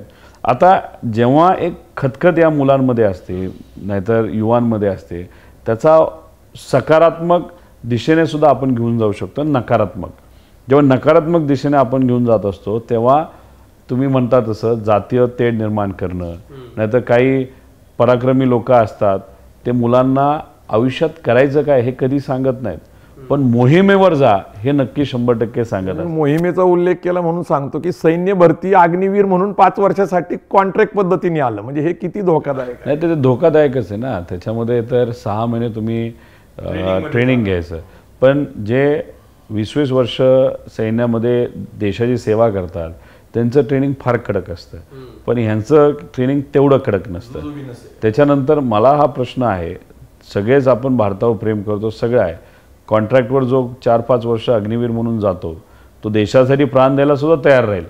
पण साधा विचार जर आपण केला, उद्या जाऊन पुढून जर फायरिंग होत असेल तर जे 5 वर्षासाठीच ज्याला नोकरी मिळाली तो म्हणाला 5 वर्षासाठी मी जीव कसा देऊ, असा जर प्रश्न त्याच्या मनामध्ये आला. आणि जर त्यांनी 5 वर्षानंतर रिटायर झाल्यानंतर ते जेव्हा दुसरं काय केलं आणि त्याला नोकरीच नाही मिळाली, तर उद्या त्याला इतकं ट्रेनिंग दिलं असेल की बंदूक कशी चालवायची, बंदूक कशी खोलायची, बंदूक कशी लावायची, बॉम्बचा वापर कसा करायचा. आणि मग ह्या मुलांना जर काही नकारात्मक विचार करणाऱ्या लोकांनी त्यांचा वापर केला तर किती घातक होऊ शकते. आणि जे दंगल आणि हे जे विषय आहेत, तर मग ही जी एनर्जी युवांची ते नकारात्मक दिशेने काही लोक वापरतात. मोहिमेवर जा, हे कर ते कर, म्हणजे सकारात्मक काहीच द्यायचं नाही. आई वडील मुलांना का शिकवतात, जे त्यांना जमलं नाही, जे त्यांना कष्ट करावे लागते ते मुलामुलींना करू नये, त्यांना कुठेतरी नोकरी मिळावी.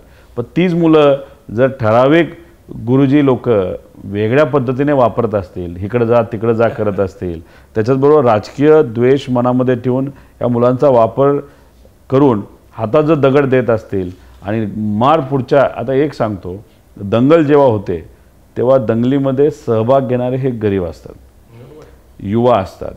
हातामध्ये दगड घेऊन दुसऱ्याचं डोकं फोडणारे, मारणारा पण गरीब असतो आणि ज्याचं डोकं फुटतो तोही गरीब असतो. ते तर आहेतच. आसपास जी दुकानं असतात ती जी जाळली जातात ती गरीबाचीच जातात. दादा, ही मुलाखत तर चांगली होती. मुलाखत म्हणता येत नाही कारण की ह्या गप्पा आहेत आणि त्या गप्पांमध्ये आम्ही दोघं एकमेकांना थोडं इंटरप्ट करून आपल्याला खुलवायचा प्रयत्न केला. आता आपण शेवटाकडे जात असताना मला प्रामुख्याने 2 प्रश्न आहेत. आपण युवा संघर्ष यात्रा करताय, त्यासाठी प्रथम तर सदिच्छा. पण ती संघर्ष यात्रा करत असताना आपण तरुणांचे प्रश्न मांडणार आहात. महाराष्ट्राला एका वेगळ्या दिशेने जाणारं हे ऐतिहासिक क्षण असतील असं आम्ही एक आशा करतो, कारण की संघर्ष करूनच काहीतरी मिळवता येतं.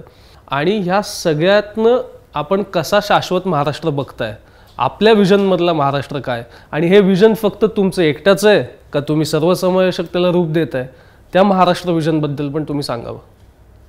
ही जी संघर्ष यात्रा आहे याच्यामध्ये आपण प्रामुख्याने युवांचे प्रश्न घेतलेत. पण युवांचे प्रश्न घेत असताना त्याच्यामध्ये प्रत्यक्ष अप्रत्यक्षपणे त्यांच्या पालकांचे पण प्रश्न येतात. म्हणजे ज्याच्यामध्ये शेतकऱ्यांच्या मुलांचा जेव्हा मुद्दा घेतो तेव्हा शेतकऱ्यांचाही प्रश्न येतो. एखाद्या शहरामधून ही जर यात्रा जाणार असेल तर तिथे असणाऱ्या असंघटित क्षेत्रामध्ये काम करणारी एखादी व्यक्ती असेल त्याच्या मुलांचाही प्रश्न येणार आहे. त्यामुळे तसं बघितलं तर ही यात्रा महाराष्ट्राची आहे, महाराष्ट्र धर्माची आहे, तसंच विकासाची आहे.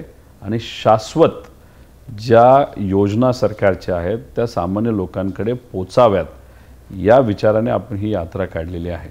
आता ही यात्रा होत असताना आम्ही लोकांना भेटू, लोकांशी चर्चा करू, त्यांच्याकडनं निवेदन घेऊ. म्हणजे जे काही 22-23 मुद्दे आम्ही घेतले ते वाढतच जाणार आहेत. पण हे करत असताना विचार पण तितकेच महत्त्वाचे आहेत. दिवस मर्यादित असल्यामुळे आपण किलोमीटर मर्यादित ठेवावं लागलं. जमलं असतं तर अख्ख्या महाराष्ट्रात ही यात्रा आपण काढू शकलो असतो. पुढे कदाचित आता हा टप्पा 1 आहे, टप्पा 2 नक्कीच येत्या काळामध्ये राहिलेला जो भाग आहे त्याच्यातून तो जाऊ शकतो. विचार हे तितकेच महत्त्वाचे आणि विकास पण तितकाच महत्त्वाचा. नुसता विकास करूनही चालत नाही आणि विचार सोडूनही चालत नाही. विचार आणि विकास जेव्हा एकत्रित जातो त्याला आपण सर्वांगीण विकास म्हणत असतो. येत्या काळामध्ये महाराष्ट्रात काय व्हावं, एक तर राजकारण आपण व्यक्तिगत दृष्टिकोनातून कधीच करू शकत नाही. तुम्हाला लोकांनाच केंद्रबिंदू ठेवावा लागतो. एक नेता काही करू शकत नाही. त्यामुळे येत्या काळामध्ये जे काही व्हिजन हे अनेक लोक एकत्रित येऊन जे नवीन पिढीतले आहेत ते कुठलं घ्यावं असं मला वाटतं. ते म्हणजे सरकारच्या ज्या कुठल्या योजना आहेत त्या लोकांना वेळेवर मिळाल्या पाहिजे, कुठलाही पैसा न देता मिळाल्या पाहिजे, कुठलाही त्रास न होता मिळाल्या पाहिजे, चांगल्या क्वालिटीच्या मिळाल्या पाहिजे. शाळेमध्ये मुलं गेले तर चांगल्या क्वालिटीचं शिक्षण मिळालं पाहिजे. हॉस्पिटलमध्ये एखादी व्यक्ती गेली तर चांगल्या क्वालिटीची सेवा मोफत तिथं मिळाली पाहिजे. पेन्शन जे वयस्कर महिलांना व्यक्तींना दिलं जातं ते वेळेवर त्यांच्या घरी पोच झालं पाहिजे. त्याच्याचबरोबर जेव्हा एखादा दुष्काळ येतो, नाहीतर अतिवृष्टी होते, शेतकऱ्याला मदत दिली जाते, त्यासाठी 1.5 वर्ष थांबावं लागतं. ती लगेचच मदत कशी मिळेल? बँकिंग व्यवस्था जी आहे, जी नसल्यामुळे व्याजावर लोन घ्यावं लागतं, ते थांबलं पाहिजे. हां, असंघटित क्षेत्रामध्ये सुद्धा जे शहरी भागामध्ये खूप मोठ्या प्रमाणात अस्वस्थता आहे, त्यांच्यासाठी आपल्याला वेगळी योजना आणावी लागेल. इंडस्ट्रीला सुद्धा कुठलाही त्रास न होता एखादी कंपनी लगेच काढता यावी, लगेच नोकरी देता यावी, यासाठी म्हणजे काय करावं लागेल तर उद्याचा जो महाराष्ट्र आहे, विचार जपत थोर व्यक्तींनी केलेले परिश्रम, ती जी सर्व प्रेरणास्थान आहे, जसे किल्ले असतील, मंदिरं असतील, काही आध्यात्मिक क्षेत्र असेल, समाधीचे ठिकाणं असतील, हे तर आपण जपले पाहिजे, त्याचा विकास केला पाहिजे. कारण हे एका पिढीसाठी नाही, अनेक पुढे येणाऱ्या पिढींसाठी आहे. बरोबर बरोबर. त्याच्यासाठी मग अजून आपल्या वेगळ्या काय गोष्टी शाळेमध्ये काय शिकवता येईल का, ह्या सगळ्या गोष्टी कराव्या लागतील. त्याच्याचबरोबर या महाराष्ट्रामध्ये सामान्य लोकांना कुठलाही त्रास न होता, बस व्यवस्थेपासून सगळ्या, तर त्याला जे जे काही आपल्याला सोशल इन्फ्रास्ट्रक्चर आणि इन्फ्रास्ट्रक्चर करावं लागेल ते आपल्याला करावं लागेल. म्हणजे विचार आणि विकास, पण विकास म्हणजे फक्त बिल्डिंग दिसल्या नाही पाहिजे, मॉल दिसले नाही पाहिजे. तिथं गरिबाला सेवा मिळेल, लोकांना सेवा मिळेल, जे कुठल्या सरकारच्या योजना लगेच मिळतील, कुठलाही ताप नव्हता. अशा पद्धतीने जेव्हा महाराष्ट्राचा खऱ्या अर्थाने विकास होईल, जो पूर्वी होता, तरच मला असं वाटतं की उद्याचा महाराष्ट्र तो तसा आपल्याला बघता यावा, यासाठी नवीन पिढीला काम करावं लागेल. तर ही जी युवा संघर्ष यात्रा आहे, त्याचं जे नेतृत्व आहे, भावनिक आहे, संवेदनशील आहे, शाश्वत विकासाच्या गोष्टी करतोय, समतोल विकासाच्या गोष्टी करतोय. ही जी दरी आहे गरिबी आणि श्रीमंतीची, तशीच महाराष्ट्रामध्ये एक विकसित महाराष्ट्र आहे आणि अविकसित महाराष्ट्र आहे. याचा समतोल साधताना आपण जे काही बोलला, याच्यासाठी आमच्या सगळ्या बहुजन समाजाच्या वतीने आपल्याला शुभेच्छा. आभारी. आणि शेवटाकडे जाताना आपण जशी एक वेगळ्या पद्धतीची चर्चा केली, त्यातले आपले विचार स्पष्ट झाले आणि मला वाटतं प्रेक्षकांना किंवा महाराष्ट्रातल्या सामान्य जनतेला त्यांच्या नेत्याबद्दल आणि त्यातनं महाराष्ट्रातनं होणारा विकास याबद्दल एक आयडिया येईल असं मला वाटतं या मुलाखतीतनं. त्यामुळे आपण शेवटाकडे जाताना एक रॅपिड फायर हा थोडासा एक त्यातलं तुम्ही एकतर एक वाक्यात उत्तर द्यावं, नाही तर एका शब्दात उत्तर द्यावं असं मला वाटतं. त्यामुळे मी पहिला रॅपिड फायरमधला सहज तुम्हाला विचारणारा प्रश्न जो आपण सुरुवातच केली होती ज्याच्याने, की आपण फक्त समाजकारण म्हणून बघताय का राजकारण म्हणून बघताय? समाजकारण. पण समाजकारण करायला नेत्यांबरोबर राजकारण नक्कीच करावं लागेल. आपल्या आवडीचा क्षण कुठला असतो? क्रिकेट खेळणं का लॉंग ड्राईव्हला जाणं? क्रिकेट खेळणं, कारण त्याच्यामध्ये कॉम्पिटिशन पण आहे आणि समाधान पण आहे. आपल्याला अर्बन लीडर व्हायला आवडेल का रुरल लीडर म्हणजे ग्रामीण नेता व्हायला आवडेल का शहरी नेता व्हायला आवडेल? आपली ओळख कशी पाहिजे? लोकनेता. आपण हिंदुत्व की भारतीयत्व ह्याच्याबद्दल? भारतीयत्व. म्हणजे त्याच्यामध्ये भारतीय संस्कृती आली, त्याच्यामध्ये सगळ्या प्रकारच्या संस्कृती आल्या, त्याच्यामध्ये धर्म सुद्धा आला, त्याच्यामध्ये अध्यात्म सुद्धा आलं. विकास पुरुष शरद पवार का विश्वगुरु नरेंद्र मोदी? विकास पुरुष शरद पवार. सर धन्यवाद. आज आपल्यासोबत धन्यवाद रोहितदादा पवार हे या मुलाखतीत या गप्पांच्या खटाटोपामध्ये आपल्यासोबत जोडले होते. त्यांना वेगवेगळ्या अंगाने प्रश्न विचारायचा आम्ही प्रयत्न केला आणि त्यांना प्रश्न विचारत असतात त्यांनी सुद्धा दिलखुलास बॅटिंग केल्याचं मला दिसतं. त्यामुळे तुम्ही पुढील व्यावसायिक क्षेत्रात, राजकीय क्षेत्रात आणि क्रीडा क्षेत्रासाठी आपण जे काही करत आहात MCAच्या माध्यमातून, त्याच्यात तुम्हाला भरघोस यश मिळो यासाठी सदिच्छा देतो आणि ही मुलाखत आपण इथे थांबूया. धन्यवाद. नमस्कार.